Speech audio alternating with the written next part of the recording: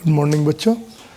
Physics bye Vipin Dhiman जो हमारा YouTube channel है उसमें आपका स्वागत है। ये रसायन विज्ञान कक्षा 10 की मैं दूसरी वीडियो आपके लिए लेकर आया हूँ।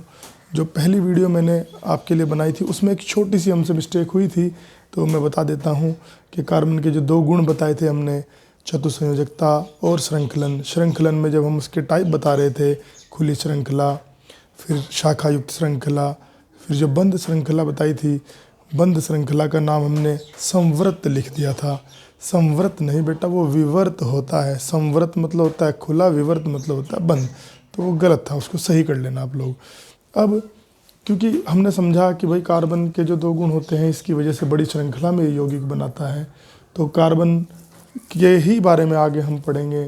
कार्बनिक रसायन हमारा चल रहा है, तो इसमें जो हमारा नेक्स्ट जो टॉपिक है वो है बेटा हाइड्रोकार्बन।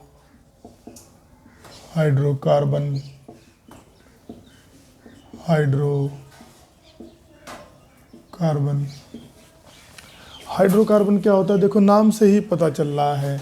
हाइड्रो मतलब हाइड्रोजन और भाई कार्बन तो लिखा ही हुआ है। तो कार्बन तथा हाइड्रोजन के रासायनिक संयोग से बनने वाले जो यौगिक होते हैं उन्हें हम हाइड्रोकार्बन कहते हैं। जैसे CH4 हो गया, C2H6 हो गया आदि। अब देखो इसमें आपको घबराने की बात नहीं है कि भाई इनके नाम क्या होंगे, तो ये आने वाले जो वीडियोस होंगे उनमें आपको बता दिए जाएंगे। अभी तो आप ये समझ लो कि इसमें C और H है तो कार्बन और हाइड्रोजन है, इसमें भी C और H है, ये भी कार्बन और हाइड्रोजन है। तो कार्बन और हाइड्रोजन के संयोग से बनने वाले यौगिक हाइड्रोकार्बन कहलाते हैं। और रसायन विज्ञान की जिस शाखा में इनका अध्ययन होता है उसको हम कार्बनिक रसायन कहते हैं। अब इनके प्रकार आते हैं बेटे कि भाई कितने प्रकार के ये हो सकते हैं हाइड्रोकार्बन। तो भाई हाइड्रोकार्बन वैसे तो मुख्य रूप से दो प्रकार के होते हैं। कौन कौन से दो प्रकार हैं? एक होते हैं बेटा संतृप्त हाइड्रोकार्बन, इंग्लिश में बोलते हैं सैचुरेटेड हाइड्रोकार्बन्स। दूसरे होते हैं बेटे असंतृप्त हाइड्रोकार्बन, अनसैचुरेटेड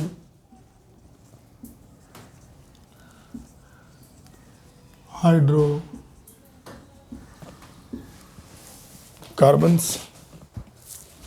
आपसे बार बार मैं एक बात कह रहा हूँ कि पॉज कर करके नोट्स बनाते रहें।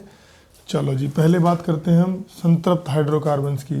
संतृप्त हाइड्रोकार्बन वो होते हैं बेटा जिसमें कार्बन के दो परमाणुओं के बीच केवल ऐसे एक सिंगल बॉन्ड होते हैं। केवल कैसे बॉन्ड होते हैं? Single bond. कार्बन के दो परमाणु केवल एकल बंध से अगर जुड़े हों तो उसको हम संतृप्त हाइड्रोकार्बन कहेंगे। और इनका एक विशेष नाम होता है, इनको हम एल्केन कहते हैं, एल्केन्स। ये हम डिटेल में आगे जाके पढ़ेंगे एल्केन क्या होते हैं, तो इसको भी यहीं पे छोड़ देते हैं। संतृप्त हाइड्रोकार्बन वो हो गए जिनमें कार्बन और कार्बन परमाणु एकल बंध से जुड़े होते हैं और इनका क्या नाम होता है? एल्केन। दूसरे आगे असंतृप्त कार्बन परमाणु, असंतृप्त हाइड्रोकार्बन। असंतृप्त हाइड्रोकार्बन देखो दो टाइप के हो सकते हैं। कैसे? पहली बात तो असंतृप्त होते कौन से हैं? असंतृप्त वो होते हैं जिनमें एक से ज़्यादा बंध हो। अब एक से ज़्यादा बंध यहाँ पे कार्बन के दो परमाणुओं के बीच या तो दो हो सकते हैं या तीन हो सकते हैं, चार नहीं होते हैं, या तो दो हो सकते हैं या तीन हो सकते हैं। तो कार्बन के दो परमाणुओं के बीच हाइड्रोकार्बन में देखो विशेष बात है ये, वैसे कार्बन के दो परमाणुओं के बीच चार बंध हो सकते हैं, लेकिन अगर हाइड्रोकार्बन की बात करें, सिर्फ हाइड्रोकार्बन की बात करें तो हाइड्रोकार्बन में नहीं होते हैं। क्योंकि नाम क्या है? हाइड्रोकार्बन। हाइड्रोकार्बन मतलब कार्बन भी है और हाइड्रोजन भी है। तो अगर तुमने C को C के साथ तीन बंध से जोड़ दिया तो इसका एक बचा हुआ है वो H से जुड़ जाएगा, इसका एक बचा हुआ है वो H से, मतलब हाइड्रोकार्बन बन गया। अगर चार बंध हो जाते तो फिर हाइड्रोजन तो आता ही ना, फिर हाइड्रोकार्बन होता ही ना, वो है ना। चलो, तो एक वो होता है जिसमें दो बंध होते हैं, एक वो होता है जिसमें कार्बन और कार्बन के बीच में त्रिबंध होते हैं। इसमें कैसा बंध है? द्विबंध, तो तुम क्या कहोगे, यदि कार्बन और कार्बन परमाणुओं के बीच द्विबंध या कैसे बंध हो या त्रिबंध हो, तब हम उनको क्या बोलते हैं, असंतृप्त हाइड्रोकार्बन। इनके भी नाम है, जैसे द्विबंध अगर होगा तो इसको बोलते हैं बेटे एल्कीन, एल्कीन,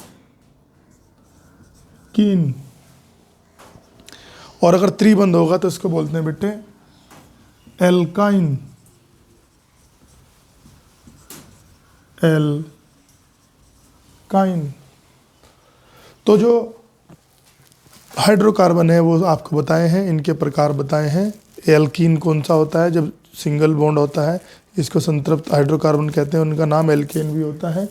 दूसरे असंतृप्त होते हैं जिनमें कार्बन और कार्बन के बीच द्विबंध या त्रिबंध होते हैं, इनको हम एल्कीन कहते हैं, या इनको हम एल्काइन भी कहते हैं। अगर द्विबंध होगा तो एल्कीन होगा और त्रिबंध होगा तो एल्काइन होगा। तो अब आपकी जो नेक्स्ट वीडियो आएगी वो एल्केन, एल्कीन और एल्काइन के बारे में ही आएगी।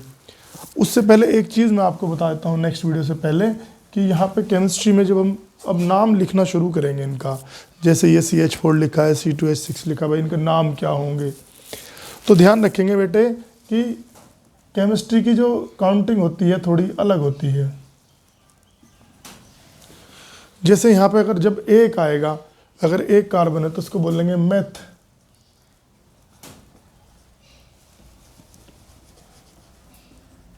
ऐसे हिंदी में लिखते हैं मेथ।